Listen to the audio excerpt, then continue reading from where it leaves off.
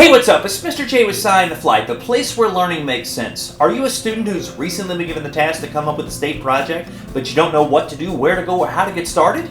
If so, I'm here to help. Now, I'm not going to do this project for you, but I do want to help give you enough information to get that ball rolling so you can take it, run with it, and do a great job on it.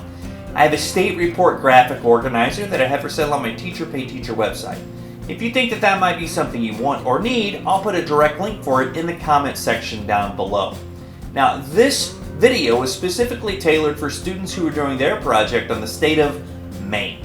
Maine became the 23rd state to join the Union on March 15, 1820. The original governor was a guy named William King. We know today that the capital is Augusta, but that wasn't always the case. In fact, the original capital of Maine was a town called Portland. The state flag consists of a blue background with the state coat of arms in the center. The center of the shield lies a moose that rests underneath a tall pine tree. There's a farmer and a seaman that represent the traditional reliance of agriculture and the sea by the state. The state bird is the black-capped chickadee. The state tree is the eastern white pine.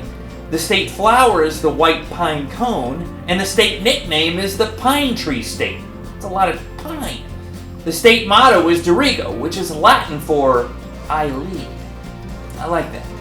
Now, hopefully that's enough information to help get that ball rolling. Take it, run with it, do a great job on it. You got this. Good luck. Until next time, it's Mr. J with SciOnTheFly, the place where learning makes sense.